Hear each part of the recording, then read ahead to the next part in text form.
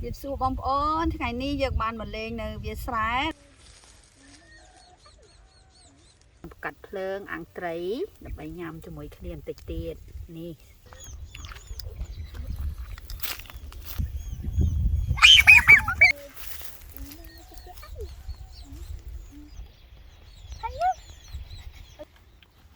Dịp xua bông ôn ngày ni nhưng mà chụp kia năng ca hậu bà ha tiệt hơi hậu bực kia ma cầm chơi chập đam ngày ní dân miền đôi chia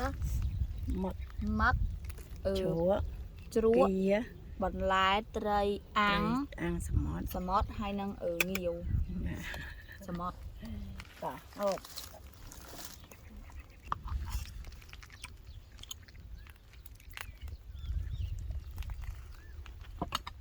bỏ cho nó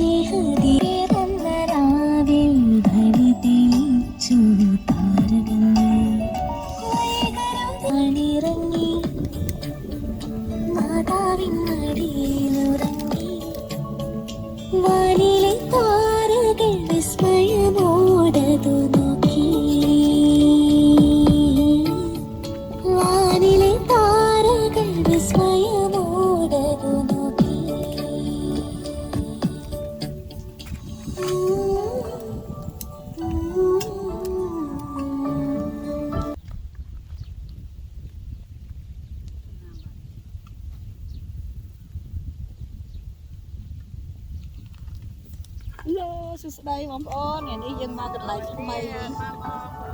nhằm cho mấy cái này lên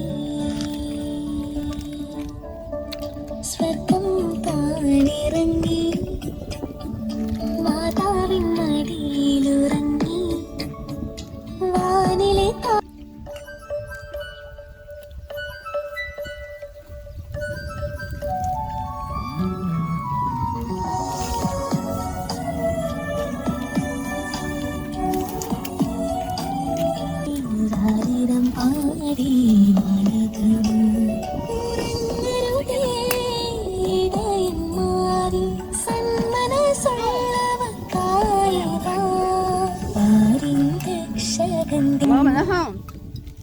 സ്വർഗം താനിറങ്ങി മാതാവിൻ മടിയിലുറങ്ങി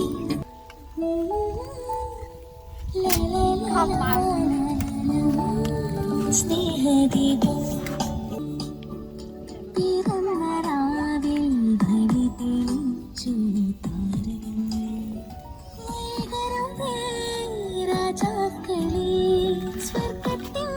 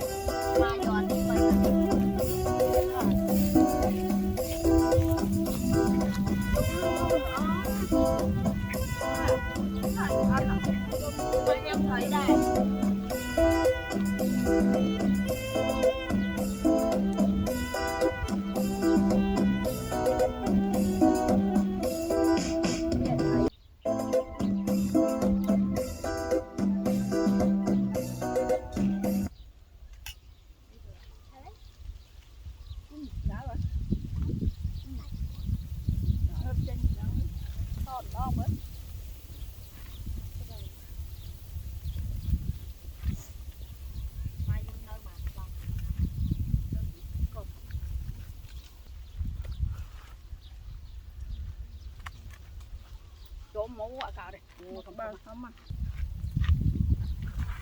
Này sạch sọ này. Ốc muối, còn ốc muối thôi. Hai nước.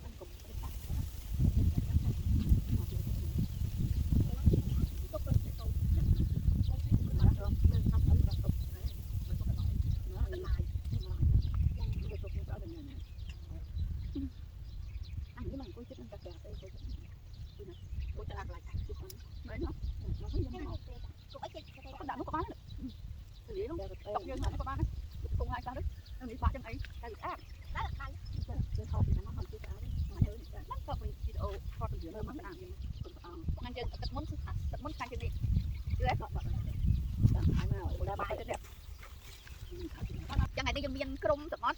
miền Krom sầm mót, miền Tây sầm mót, miền Bắc hay miền ở đấy sọ, miền Tây Krom, cha cái nhé, mới cắn mới đi bông ôn như vui, ngàn nha bông ôn mà trong mà lên đầu kia sai tôi dơ ná, thổ phê sầm đá trong sập đá, quỳ lên máu đi chào gọi hai là hai xua, một vài ngàn ăn kia mình phê, thôi thôi chi nè nè, cái nhé, từ khi đường bắn បន្តទៀតពេលទៅចាប់ហូបអាហារនេះអរគុណយើងជួបគ្នានៅសប្តាហ៍ក្រោយប្លុកខ្លីៗទៀតជម្រាបលាបាយទៅក្រោយពីបញ្ចប់ញ៉ាំអាហាររួចរាល់ពួកយើងក៏នាំគ្នាថត selfie រូបភាពជាច្រើនប៉ុស្តិ៍បន្តទៀតដើម្បីទុកជាអនុស្សាវរីយ៍ក្មេងៗក៏កំពុងតែរត់លេងនៅតាមភ្លឺស្រែ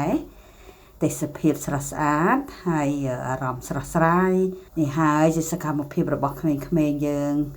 ពី3នាក់ដែលបានចូលរួមនៅក្នុងវីដេអូនេះវាស្រែធំរវឹងរវើយហើយមានខ្យល់បក់លហើយស្រួលហើយយើងក៏ផ្ដិតរូបភាពប្លែកៗ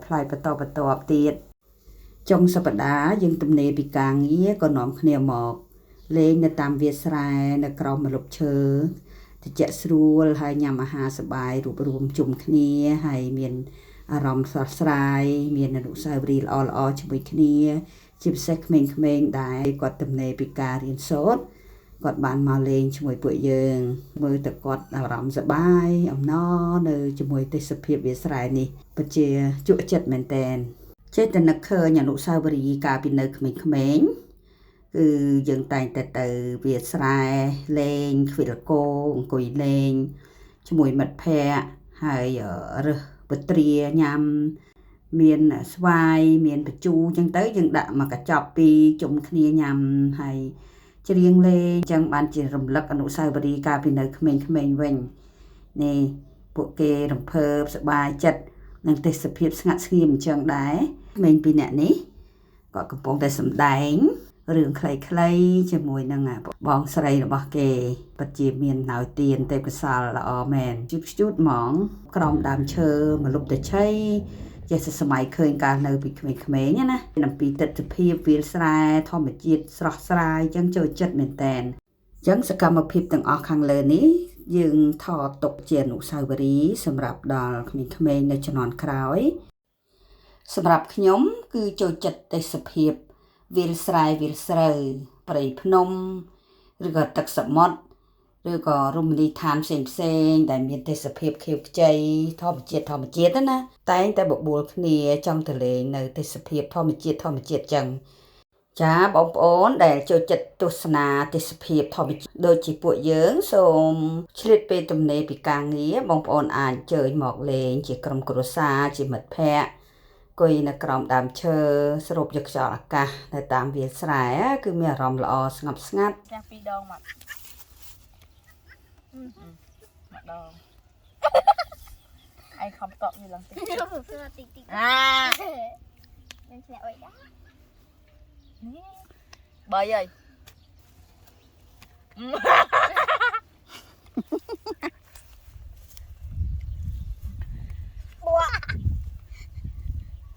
មួយពីបាយ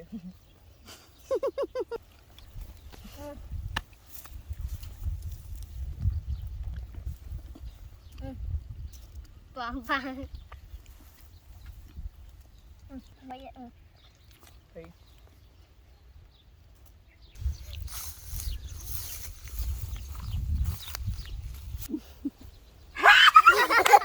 chăn cái thứ này